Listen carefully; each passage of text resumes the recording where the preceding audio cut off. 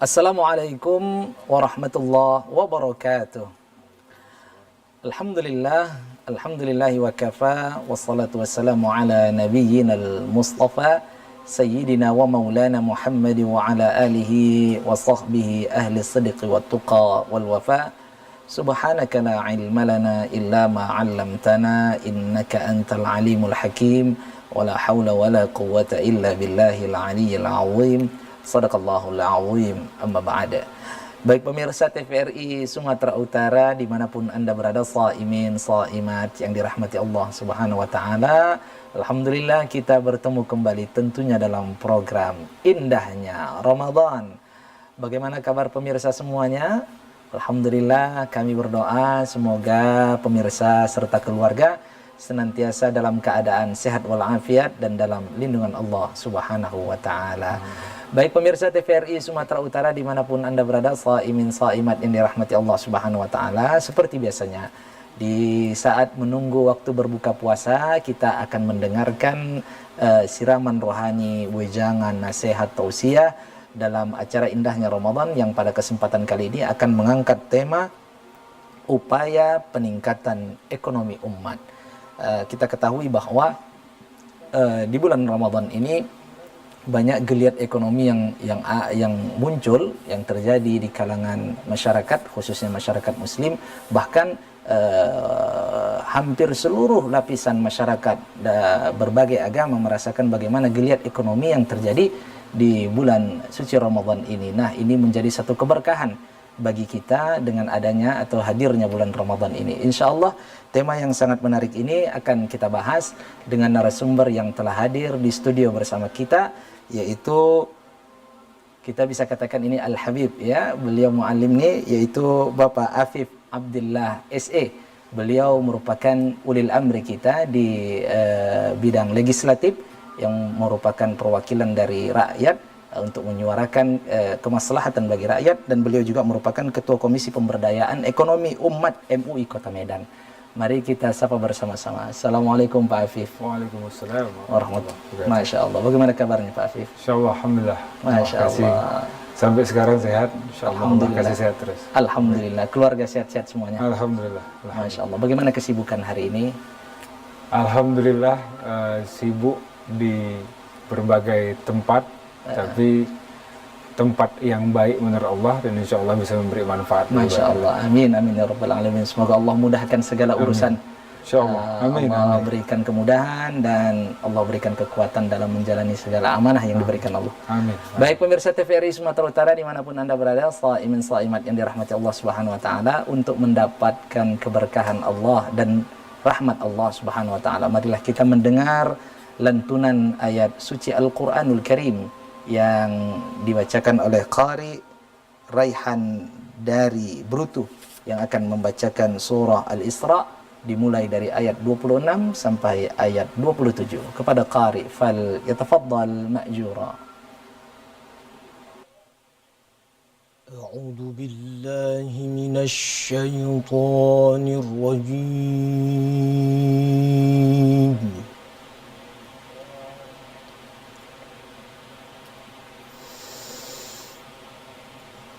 Bismillahirrahmanirrahim.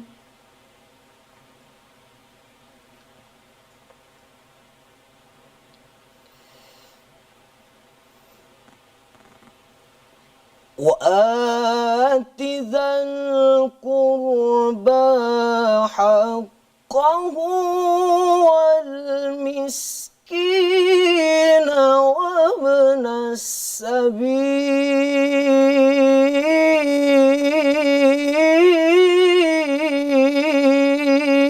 السبيل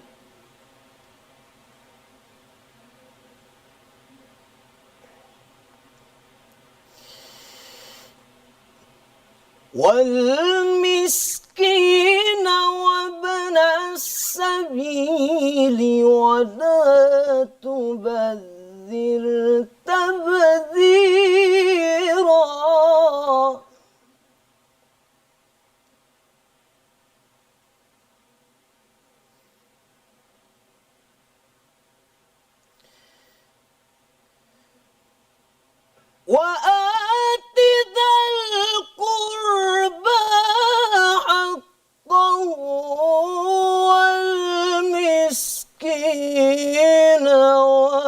وابن السبيل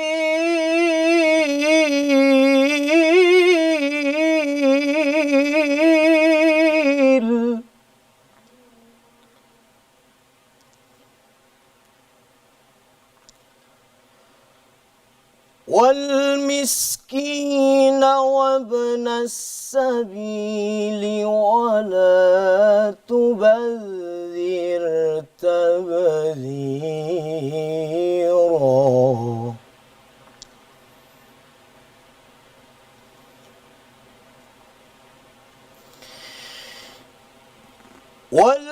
والمسكين وابن السبيل ولا تبذر تبذيرا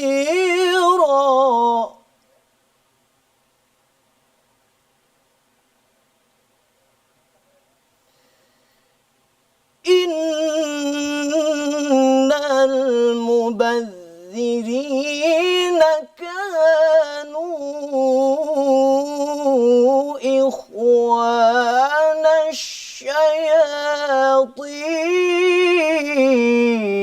الشياطين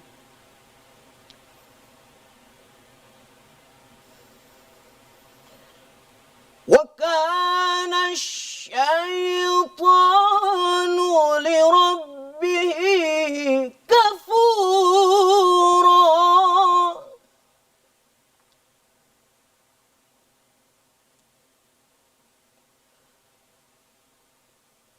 وكان الشيطان لربه كفورا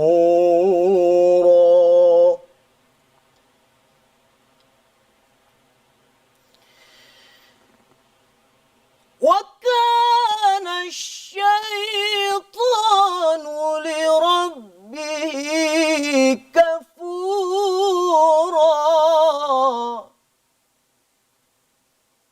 وكان الشيطان لربه كفورا صدق الله العظيم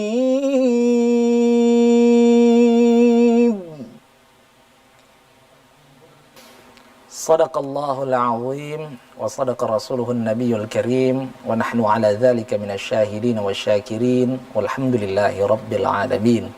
Semoga dengan pembacaan ayat suci Al-Quranul Karim tadi acara kita mendapat limpahan rahmat dan barakah dari Allah Subhanahu wa Ta'ala. Amin ya Rabbal Alamin. Baik pemirsa TVRI Sumatera Utara dimanapun Anda berada, shaimin shaimat yang dirahmati Allah Subhanahu wa Ta'ala, tidak sabar lagi kita akan mendengarkan penyampaian dari narasumber kita terkait dengan judul upaya peningkatan ekonomi umat. Pak Afif, ini sangat sesuai sekali temanya ini terkait dengan kapasitas Pak Afif. Ini di bulan Ramadan kita lihat bagaimana peningkatan ekonomi yang luar biasa nih seperti UMKM ini. Baik Pak Afif, untuk muqaddimah tema kita, pengantar dipersilahkan Pak Afif. Assalamualaikum warahmatullahi wabarakatuh. Waalaikumsalam warahmatullahi wabarakatuh. Kalau kita bicara ya Ustadz mengenai ekonomi umat, ini luas. Sangat luas karena ekonomi ini berefek kepada banyak pihak. Tapi di sisi lain kita khususkan di bulan Ramadan. Di bulan Ramadan seperti yang kita tahu sangat banyak peningkatan ekonomi yang saya pernah dengar, bahkan saya dengar di sosial media dulunya bahkan di hari biasa bisa makan itu susah. Tapi entah kenapa pas Ramadan Allah selalu kasih rezeki. Ini salah satu contoh rezeki yang Allah atur pada bulan Ramadan. Begitu juga yang lain. Kita bisa melihat masyarakat kita banyak yang membuat bukaan, gorengan, takjil dan lain sebagainya yang Masya Allah luar biasa. Yang dulunya mungkin sepi satu tempat, Alhamdulillah pas Ramadan ramai. Masya Allah. Dan hal yang dulunya mungkin tidak ada pas Ramadan banyak yang ada. Dan hebatnya kreativitas umat kita juga sewaktu Ramadan ini banyak makanan yang tak ada di bulan biasa, ada di bulan Ramadan. Masya Allah. Jadi sebenarnya ini menunjukkan ekonomi sebenarnya secara keumatan kita sangat kuat. Tapi bagaimana menimbulkan kekuatan ini, bagaimana agar tidak pada Ramadan saja. Bagaimana kita bisa menimbulkan hal yang sama, kekuatan yang seperti ini, ekonomi yang naik untuk keumatan, tapi di bulan yang lain. Ini yang harusnya menjadi tantangan kita. Tapi bulan Ramadan ini menjadi contoh kekuatan ekonomi umat itu sebenarnya luar biasa. Yang harusnya kita bisa mengkapitalisasi ini sehingga ini bisa kita lakukan di luar bulan ini dan dengan infrastruktur yang ada pada kita hari ini. Misal masjid, itu bisa jadi infrastruktur ekonomi yang luar biasa. Dulu kita zaman dulu lah ya, mungkin kakek-kakek kita dulu, semua kegiatan itu utamanya dari masjid. Perdagangan zaman Rasulullah juga di sekitar masjid. Bahkan semakin dekat masjid, semakin baik perekonomian. Tapi yang kita lihat pada hari ini kebalikannya. Ada juga yang malah di dekat masjid sepi. Harusnya masjid itu tempat yang ramai. Maka memang itu harus kita dorong, Ustaz. Bagaimana agar bisa di masjid itu bisa kita lakukan satu seperti dorongan bagi BKM, dorongan juga bagi masyarakat sekitar agar membuka usaha di masjid. Dan harusnya difasilitasi oleh pemerintah dan masjid. Ini karena kebetulan saya di DPRD juga, kita berusaha untuk bisa melakukan satu peraturan daerah yang bisa mendorong masyarakat agar menggunakan rumah ibadah, terutama masjid, agar bisa menjadi pusat ekonomi tersendiri. Baik. Bagaimana menjadikan masjid ini seperti sumber dari peradaban itu, ya Pak ya, bahwa supaya orang-orang yang memakmurkan masjid ini bukan hanya makmur dalam segi individual, tapi juga dia makmur dalam segi material dan juga bagus dalam segi sosial ini Pak ya. Masya Allah. Baik Pak, terkait dengan upaya peningkatan ekonomi umat terkhusus di bulan Ramadan ini, bagaimana ini Pak Habib sebagai wakil dari rakyat dan sebagai di sini Komisi Pemberdayaan Ekonomi Umat. Nah, apa hal-hal yang seyogyanya diperhatikan untuk dapat meningkatkan ekonomi umat ini? Yang pertama, kita ingin masjid itu diberikan infrastruktur. Artinya begini, selama ini penghormatan untuk masjid juga tidak begitu baik menurut saya. Artinya kalau kita berkaca dari Saudi, kalau kita berkaca dari sebenarnya aturan-aturan Islam harusnya azan itu tutup. Ya, minimal yang berhadapan langsung dengan masjid lah. Dan itu harusnya sudah mulai bisa kita lakukan. Dan kita harus jaga masjid ini juga harusnya dijaga kehormatannya dengan cara, ini saya dari legislatif ya, bagaimana agar ada penghormatan rumah ibadah.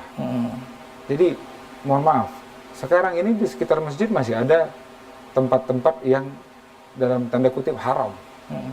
Bahkan di dekat masjid saya masih melihat ada klub malam, ada mohon maaf panti pijat, yang sebenarnya ini harus diberikan peraturan sehingga penghormatan itu benar-benar bisa sesuai dengan kodratnya masjid itu harus suci. Maka ini dulu, karena Rasulullah dulu membangun kota Madinah, membangun satu daerah, masjidnya dulu baru pasar. Baik. Masjid dulu baru pasar. Baik.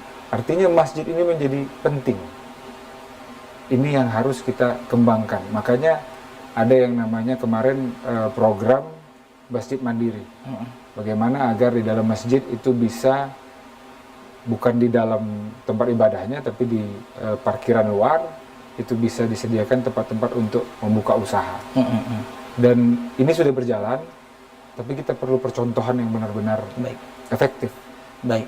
Dan bagaimana agar hukum Islam di sana bisa benar-benar dijalankan, minimal hukum dagang. Baik.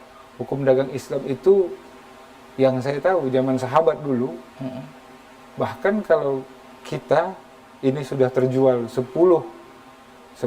unit nih misalnya, 10 barang dagang kita 10 sudah terjual, sebelah belum ada, bahkan di zaman sahabat dulu ada pembeli datang, Kita arahkan. beli ke sebelah bu, Masya Allah. saya sudah terjual 10, sebelah saya belum. Begitulah indahnya ekonomi Islam. Masya Allah. Konsep ta'awun, Iya. berbagi, menolong. Betul. Bukan kita sebenarnya kita yang menerima pun bisa juga pembeli itu kan. Iya. Tapi kita memiliki konsep ta'awun, saling menolong. Iya. Karena dia belum mendapatkan pembeli. Itu konsep yang tak ada di luar Islam. Masya Allah. Mohon ditahan Pak Habib. Insya Allah kita lanjutkan setelah pesan-pesan berikut ini. Dan pemirsa TVRI Sumatera Utara, jangan kemana-mana, kita akan mendengarkan lebih lanjut penjelasan tausiah yang lebih menarik lagi. Untuk itu tetaplah bersama kami dalam program Indahnya Ramadan.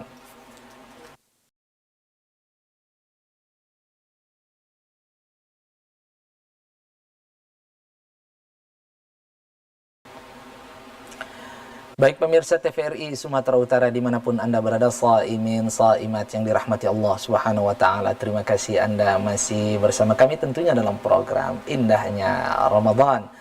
Kesempatan kali ini kita akan membahas tentang upaya peningkatan ekonomi umat bersama Bapak Afif Abdillah SE. Tadi telah menyampaikan bahwa di dalam ekonomi keumatan itu ada konsep ta'awun. Kita akan mendengarkan lebih lanjut bagaimana penjelasan terkait dengan ekonomi keumatan. Pak Afif tadi sempat menyinggung terkait dengan ekonomi yang berdasarkan atau berasaskan ta'awun atau saling membantu. Ini kan ekonomi ini kan istilah dari ilmu umum ya ekonomi, tapi ada istilah ekonomi Islam atau ekonomi keumatan. Apa perbedaan di antara keduanya ini, Pak? Ya, menurut saya, Ustaz, ada beberapa perbedaan yang sebenarnya dalam Islam kita sudah banyak dididik, karena tidak ada nabi di luar Islam. Nabinya, Rasulnya adalah pedagang. Rasulullah adalah pedagang, dan itu semua yang dilakukan Rasulullah bisa menjadi pelajaran bagi kita. Dan ini yang masih sedikit umat kita dalam berdagang menjalankan hal yang sesuai yang dicontohkan oleh Rasulullah. Maka ini penting bagi kita agar bisa mengerti bagaimana Rasulullah itu berdagang. Rasulullah itu pertama amanah, itu nomor 1 dalam berjualan jujur. Hari ini kita sangat sedikit melihat yang berjualan jujur. Kalau ada yang jujur, insya Allah bisa lebih laku daripada yang tidak jujur. Kenapa? Karena itu adalah yang diajarkan Rasulullah. Rasulullah dulu, bahkan Rasulullah dari negeri Syam mau masuk ke Mekah. Sebelum sampai di Mekah, Rasulullah itu habis dagangan.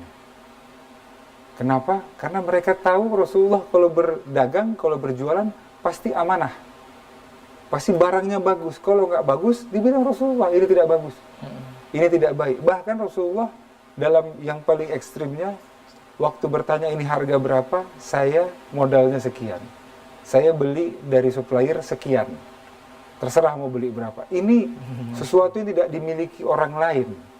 Artinya cara amanah ini mungkin tidak bisa diterapkan sekarang karena perbedaan zaman, tapi Rasulullah sudah mencontohkan yang baik pedagang sebagai pedagang Islam.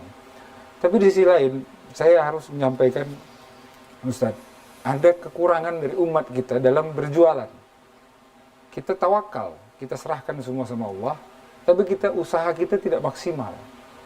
Itu yang sering terjadi. Sedangkan Rasulullah, kita Islam dalam berperang, Rasulullah itu strateginya detail. Detail sedetail-detailnya. Bahkan kalau terjadi serangan dari sini, kita antisipasi dari sini.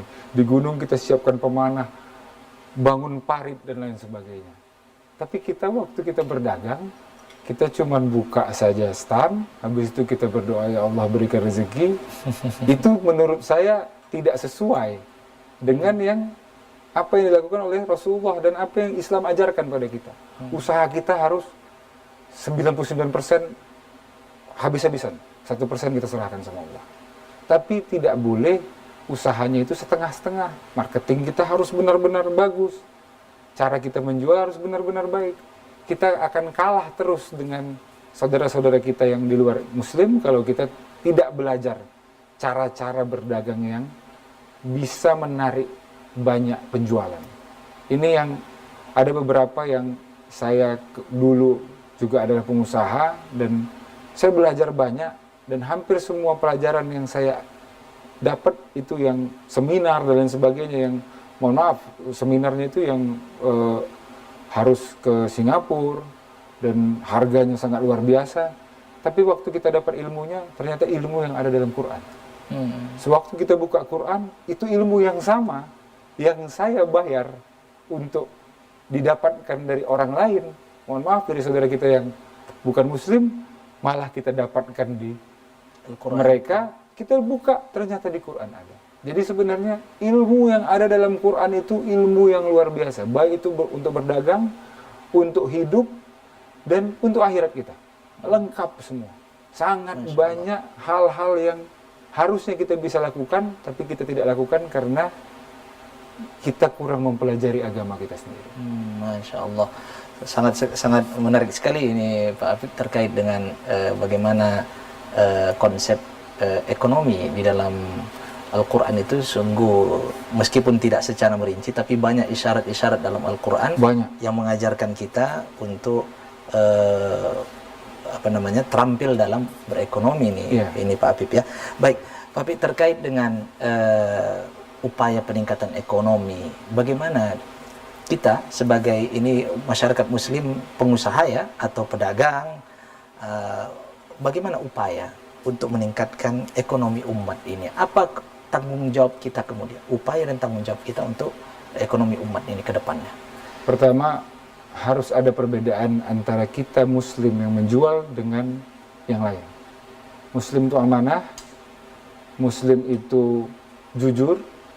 Kita dalam berdagang harus mengutamakan kejujuran dulu. Itu harus menjadi tolak ukur utama karena itu yang diajarkan Rasulullah dalam berdagang. Begitu juga dalam pemilihan tempat. Rasulullah dalam memilih tempat pasar pertama di Madinah. Pasar pertama Madinah yang Rasulullah bangun, yang pada waktu itu ada pasar Yahudi juga. Membangun pasar. Rasulullah membangun pasar itu dengan perhitungan yang luar biasa. Jadi tidak asal buka. Rasulullah lihat ini jalan dari banyak musafir dan jalan dari sini menuju ke sana, kita bukanya di titik ini. Begitulah Rasulullah itu dalam membuat satu perhitungan. Maka itu harus kita lakukan juga. Jadi yang saya ingin tekankan adalah ilmu kita terutama dalam kejujuran itu paling penting. Dan bagaimana dalam setiap perdagangan kita bisa saling mendoakan. Saya kalau ada toko yang satu misalnya jualan sirup nih, kita beli, habis itu yang punya toko bilang terima kasih, dibanding ada toko lain yang jualan sesama Muslim, sewaktu kita beli, dia bilang terima kasih, dia lanjut, ya Allah, mudah-mudahan yang membeli hari ini engkau tambahkan rezekinya, engkau berikan kesehatan, dan insya Allah berkah rumah tangganya. Saya lebih pilih di tempat yang mendoakan saya. Masya Allah. Itu yang kita simple loh. Baik. Kalau setiap kita saling mendoakan dan setiap kita berjualan kita doakan siapapun yang membeli, maka itu jadi nilai tambah. Sesimpel itu sudah jadi nilai tambah yang tidak dimiliki orang lain, yang tidak dimiliki oleh saudara-saudara kita yang lain. Jadi ini simple, tapi harusnya kita sudah bisa mulai. Meskipun agak mahal sedikit ini Pak ya, tapi karena layanannya bagus. Iya, bayangin kalau setiap kita belanja kita didoakan tambah rezeki, Allah berikan tambahan rezeki, kita bisa lebih banyak belanja ke tempat yang sama. Jadi pedagang, kita harus doakan orang-orang yang membeli dari kita. Begitu juga kita membeli, yang jualan adalah Muslim, kita doakan ya Allah tambahkan rezekinya biar lebih banyak dia bisa jualan. Karena seyogyanya kita saling mendoakan itu sudah menjadi sifatnya kita Muslim. Setiap kita salam, kita saling mendoakan. Assalamualaikum warahmatullahi wabarakatuh. Waalaikumsalam warahmatullahi wabarakatuh. Isinya doa semua. Begitu juga dalam berdagang, kita harus buat hal yang sama. Bagaimana? Saya mau beli mahal. Kenapa? Karena menurut saya doa itu lebih mahal daripada apapun. Gak ada lawannya doa, karena doa itu urusannya sama Allah. Urusannya sama Allah. Kita tidak bisa membeli dengan rupiah doa orang. Masya Allah. Yang ikhlas, tidak bisa. Itu yang saya pengen, bagaimana kita bisa, baik saya di legislatif pada hari ini, bagaimana kita bisa buat percontohan. Kita berharap, kalau nggak bisa tahun ini, tahun depan kita berharap bisa Ramadan Fair itu mulai menerapkan hal yang seperti ini. Setiap beli, mudah-mudahan tambah rezekinya ya Pak, mudah-mudahan Allah berikan kesehatan, berkah dunia akhirat. Setiap kita belanja didoakan kayak gitu, nikmat bagi kita. Masya Allah. Menambah nikmat belanja kita, dan lebih tawadhu kita. Dan apapun yang kurang dari pedagang itu kita bisa memaklumi, karena doanya yang luar biasa buat kita. Ustadz, kita nggak bisa beli doa. Yang ikhlas kita tidak bisa beli. Maka kita berikan doa yang ikhlas, insya Allah, karena apa yang kita doakan untuk orang, balik lagi doanya ke kita. Itu yang saya pelajari. Mudah-mudahan kita coba mulai dari ini. Kita sudah sampaikan, karena Ramadan Fair yang pada hari ini, pada tahun ini sudah dikonsep dari beberapa bulan yang lalu. Kita minta dimulai di tahun depan itu sudah mulai kita terapkan syariat-syariat yang budaya yang baik. Budaya yang baik. Bagaimana dalam berjualan sesuai dengan syariah Islam. Artinya waktu kita beli, Islam itu waktu kita beli harus ikhlas. Yang jual juga harus ikhlas. Tak boleh tawar-menawar. Yang jual tak ikhlas, tidak boleh. Jadi dalam Islam kita beli dengan harga yang kita ikhlas, yang jual juga harus ikhlas. Itu baru perdagangan yang halal, yang baik, yang berkah. Dan ini yang sering tidak dilakukan. Kita tawar-menawar, akhirnya yang jual tak ikhlas, tidak berkah perdagangannya. Jadi Islam itu sangat memikirkan sampai dengan jual beli, sampai dengan keikhlasan yang beli dan yang jual dengan harga yang disepakati. Artinya begitulah Islam memikirkan perdagangan itu. Makanya sangat banyak ilmu. Saya nggak bisa buka mungkin dalam beberapa menit, tapi insya Allah mulai dari yang kecil-kecil. Kita mulai dari yang kecil-kecil, saling mendoakan, jujur dalam berdagang, jujur juga dalam membeli, insya Allah itu bisa memulai sesuatu yang baik. Dan kami berharap ke depan pemerintah Kota Medan, insya Allah kita akan dorong terus, kita akan dorong anggarannya agar bisa melakukan bantuan ke masjid untuk menghidupkan ekonomi. Jadi bantuan bukan untuk fisik dari masjid, tapi bagaimana untuk menghidupkan ekonomi sekitarnya. Jadi orang yang berdagang di masjid akan diberikan, saya ingin ke depannya bisa diberikan bantuan-bantuan, masjid yang kasih bantuan, bukan Pemko yang kasih bantuan. Jadi dititipkan ke masjid agar masjid bisa mendistribusikan. Supaya apa? Supaya masjidnya bisa hidup. Kalau setiap masjid yang hidup, insya Allah ekonomi umat pasti hidup. Kalau masjid kita hidup, ekonomi umat pasti hidup. Jadi kunci dalam menghidupkan ekonomi umat pada hari ini menurut saya, masjidnya kita hidupkan. Bagaimana pemerintah kita punya anggaran, punya dana hibah, punya beberapa pos-pos yang menurut saya masih bisa kita arahkan ke masjid agar bisa menghidupkan ekonomi di sekitar masjid dengan syarat berdagang sesuai syariat dan harus halal. Masya Allah. Mohon ditahan dulu Pak Hafid. Insya Allah akan kita lanjutkan setelah pesan-pesan berikut ini. Dan pemirsa TVRI Sumatera Utara dimanapun Anda berada, saimin saimat yang dirahmati Allah Subhanahu Wa Taala, insya Allah kita akan mendengarkan penjelasan yang lebih menarik lagi terkait dengan upaya meningkatkan ekonomi umat. Tentu tetaplah bersama kami dalam program Indahnya Ramadan.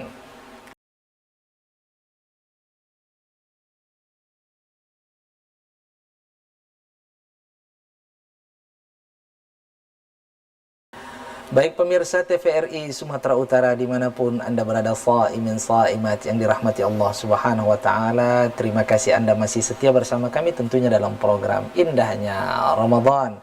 Alhamdulillah tadi kita telah mendengarkan bagaimana upaya meningkatkan ekonomi umat dari sisi sebagai seorang pedagang, dan tadi telah disampaikan juga sempat disinggung terkait dengan bagaimana upaya peningkatan ekonomi umat ini dari segi pembeli. Nah, kita ketahui bahwa dalam ekonomi umat ini ada hubungan timbal balik antara pedagang dan pembeli. Tentu daya beli yang besar akan secara otomatis meningkatkan ekonomi umat itu sendiri. Nah, bagaimana selaku pembeli ini yang seharusnya dilakukan? Karakter pembeli yang bagaimana sehingga mendukung peningkatan ekonomi umat? Pak Habib tadi sempat disinggung dari pembeli ini harus jujur juga ketika melakukan tawar menawar. Ini kita selaku pembeli nih Pak Habib. Kita kan juga selain pedagang, kita juga akan menjadi pembeli juga di satu sisi. Bagaimana seharusnya sikap seorang pembeli yang dapat mendukung peningkatan ekonomi umat ini Pak Habib? Ya, kalau kita melihat bagaimana sifat sebagai orang pembeli, maka kita harus melihat sifat Rasulullah dalam membeli. Sifat Rasulullah dalam membeli tidak pernah menawar jauh di bawah. Rasulullah itu hanya beberapa poin saja menawar. Tidak menyakiti penjualnya. Sehingga siapapun yang menjual itu senang dengan Rasulullah. Itu sifat Rasulullah dalam membeli satu dagangan.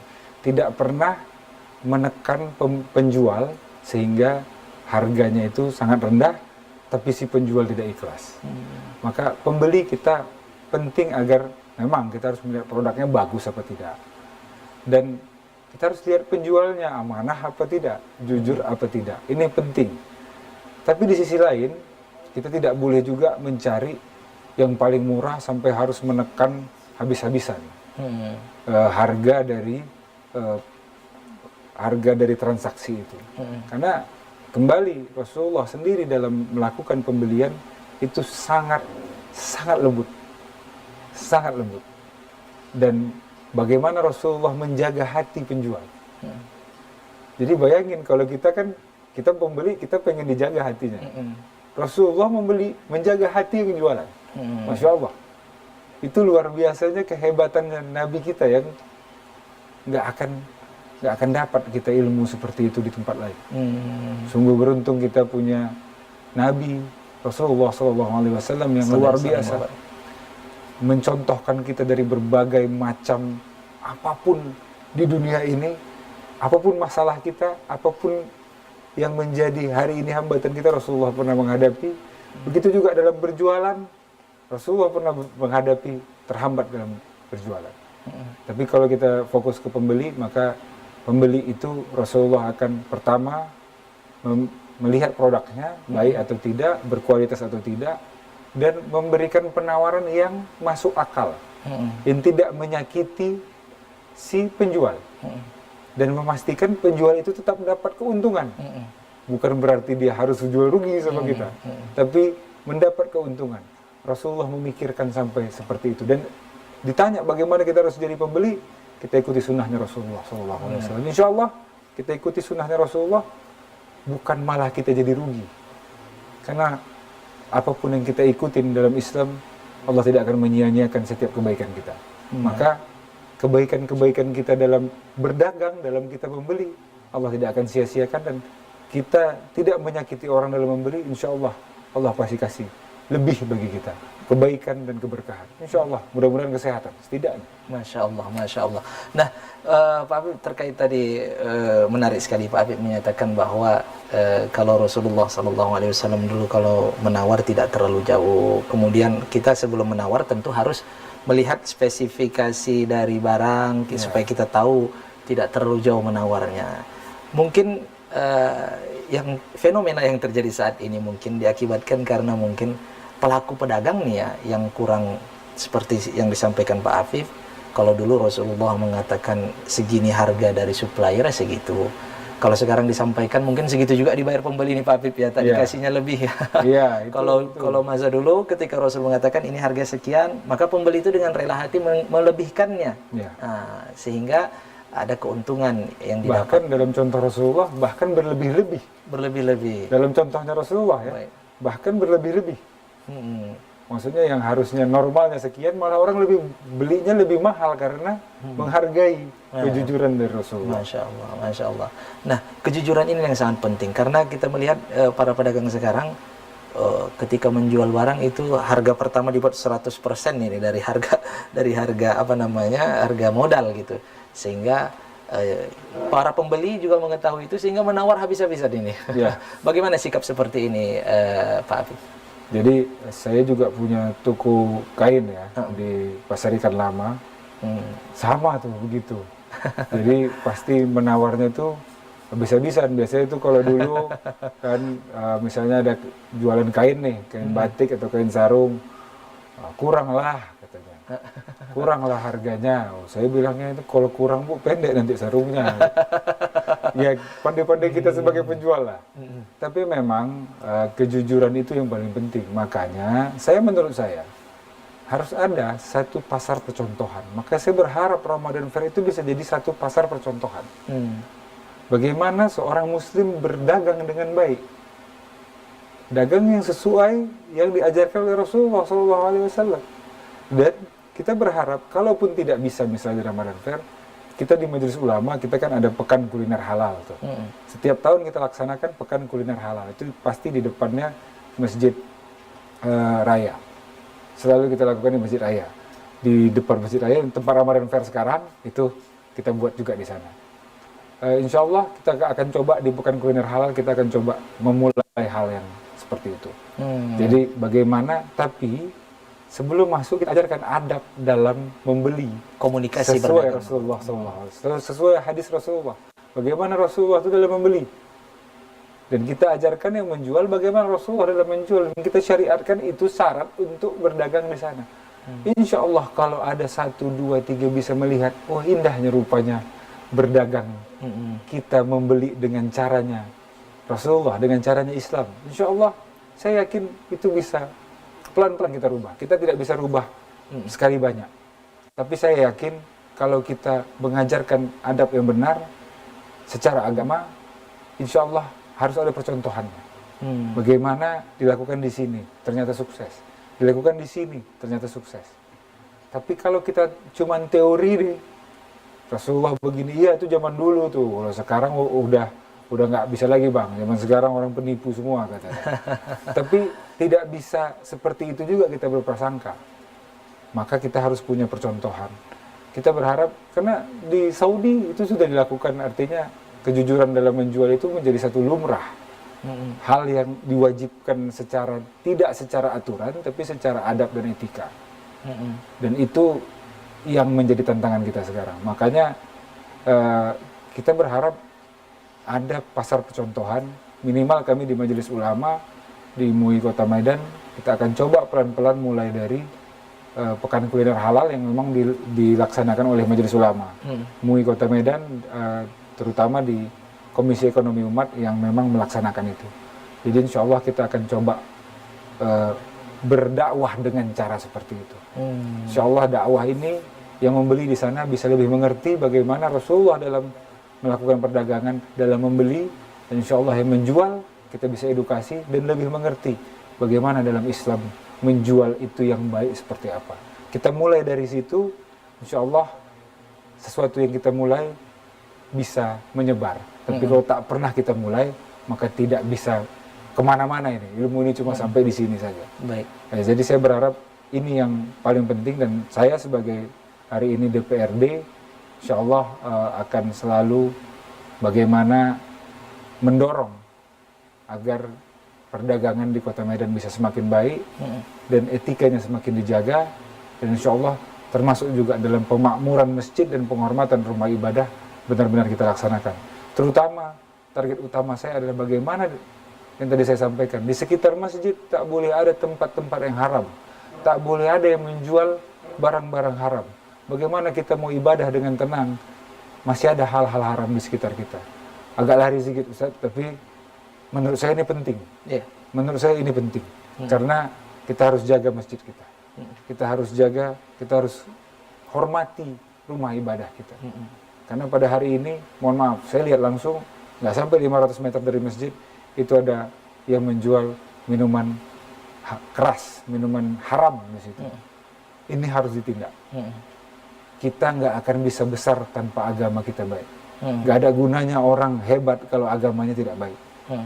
Maka agama harus kita utamakan di kota ini. Baik. Insya Allah itu yang menjadi perjuangan kami terus. Intinya saling menghormati ini ya Pak Apip ya, terkait dengan masjid tadi, memberdayakan ekonomi umat. Ini menarik sekali kalau seandainya setiap masjid ini memiliki badan usaha masjid sendiri ini, kalau bisa dikatakan BUM ya, BKM ya, BUBKM, badan usaha, badan kenajaran masjid.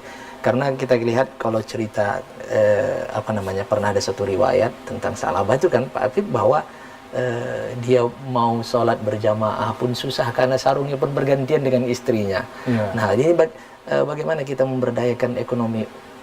Minimal adalah masyarakat, masjid itu sendiri memberdayakannya ini. Apa yang perlu diimplementasikan ini, Pak Habib, oleh para BKM-BKM ini? Pertama, kita harus mendata orang-orang yang hari ini kesulitan, artinya fakir, miskin di sekitar masjid. Dan saya melihat BKM sudah banyak melakukan bantuan-bantuan. Tapi kita perlu menaikkan dari bantuan menjadi usaha. Itu loh, artinya dari bantuan dia menjadi berdagang.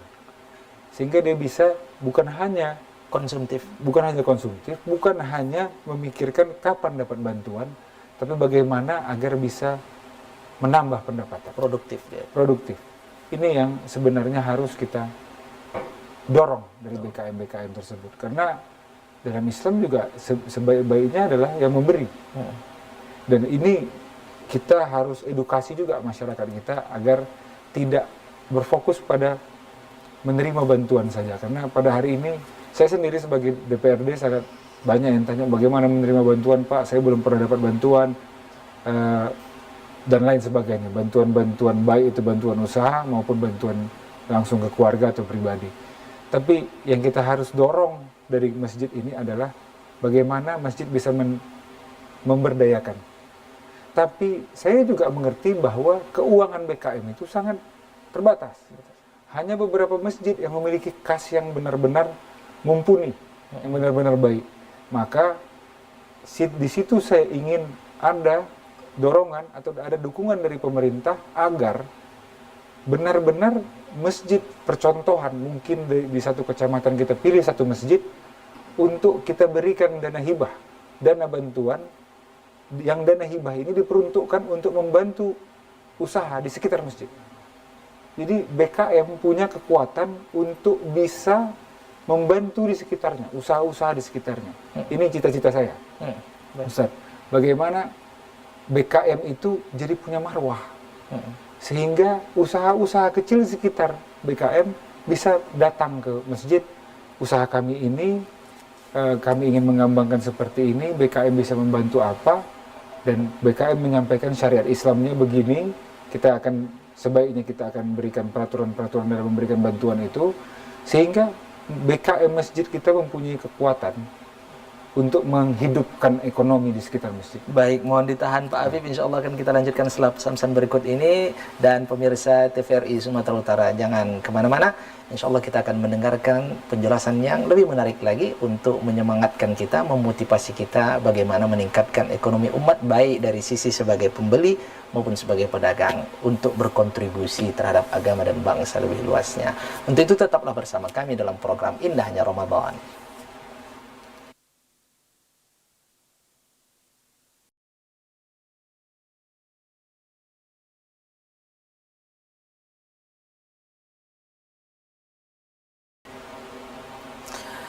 Baik pemirsa TVRI Sumatera Utara dimanapun Anda berada, shaimin shaimat yang dirahmati Allah Subhanahu wa taala, terima kasih Anda masih setia bersama kami duduk di depan layar kaca televisi menanti program Indahnya Ramadan. Tidak terasa kita sudah berada di segmen yang terakhir, meskipun kita dalam keadaan lapar dan haus menunggu waktu berbuka puasa, tapi ketika mendengarkan apa yang disampaikan narasumber kita, mudah-mudahan puasa kita ini semakin semangat dan semakin berpikir ke depannya bagaimana kita berkontribusi untuk meningkatkan ekonomi umat sekecil apapun itu.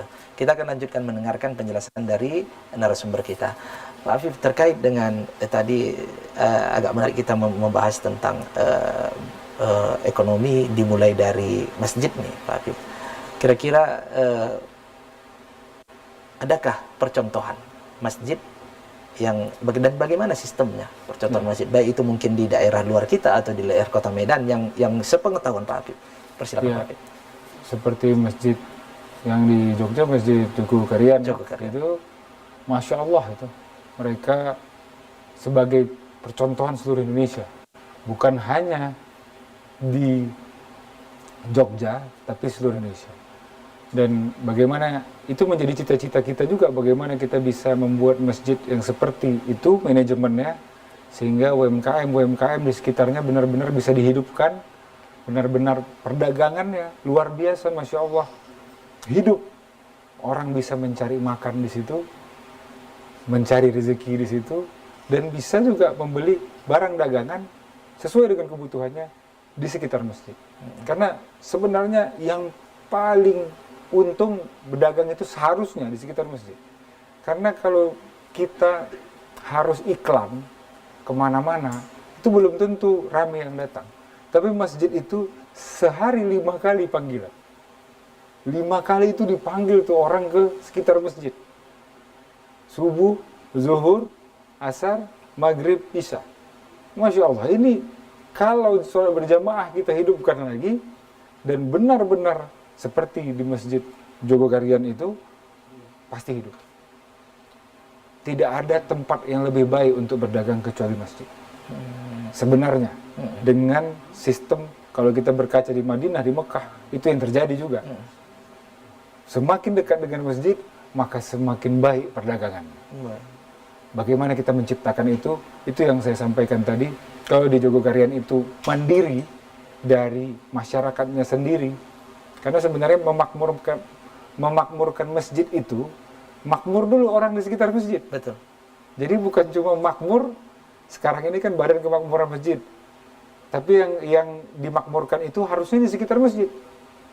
Maka masjid memiliki peran yang penting sekali sebagai pusat segala, bukan hanya kebudayaan tapi kegiatan umat di dalamnya. Dan kita ingin mendorong itu. Makanya saya ingin setiap masjid itu kita berikan dana hibah itu. Percontohan, masjid yang kira-kira punya lahan yang bagus dengan lokasi yang bagus, itu diberikan dana hibah yang diperuntukkan dan dipertanggungjawabkan oleh BKM nanti, diperuntukkan untuk menghidupkan ekonomi di sekitar masjid. Baik, Masya Allah, ini waktu kita sangat terbatas sekali Pak Afif. Mohon kalimat penutup terkait dengan tema kita, upaya peningkatan ekonomi umat, untuk lebih mengingatkan dan memotivasi masyarakat dalam meningkatkan ekonomi umat. Persilakan Pak Afif, singkat saja. Pertama, kita harus ikutin Rasulullah SAW dalam berekonomi, dalam berdagang, dalam berkehidupan. Semua sudah dicontohkan oleh Nabi kita, Nabi Muhammad SAW, bagaimana kita bisa menjalankan itu dengan sebaik-baiknya. Dalam perdagangan, setiap perdagangan yang kita lakukan, kita harus biasakan dalam amanah, jujur, dan saling mendoakan satu sama lain. Itu paling penting. Yang kedua, bagaimana kita bisa meningkatkan ekonomi umat kita, sering-sering ke masjid. Sering-sering ke masjid, sholat di masjid, berkegiatan di masjid, nongkrong pun di sekitar masjid.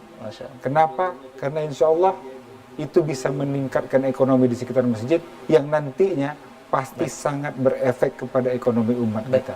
Dan apapun yang kita lakukan, kita berniat untuk yang baik, Allah tidak akan menyia-nyiakan kebaikan kita, dan insya Allah setiap kebaikan akan Allah balas berlipat-lipat. Baik, terima kasih banyak Pak Afif atas penjelasannya dan tausiahnya. Mudah-mudahan dapat diamalkan oleh masyarakat yang mendengarnya, dan semoga sehat selalu Pak Afif. Insya Allah ketemu pada kesempatan berikutnya. Sama-sama. Dan pemirsa TVRI Sumatera Utara dimanapun Anda berada, yang disampaikan oleh narasumber kita, hendaklah kita senantiasa meningkatkan ekonomi umat. Insya Allah, Allah akan memudahkan jalan yang kita niatkan. Saya Yuzairi beserta seluruh kru dan kabar kerja TVRI Sumatera Utara pamit undur diri. Selamat berbuka puasa. Assalamualaikum warahmatullahi wabarakatuh. Waalaikumsalam warahmatullahi wabarakatuh.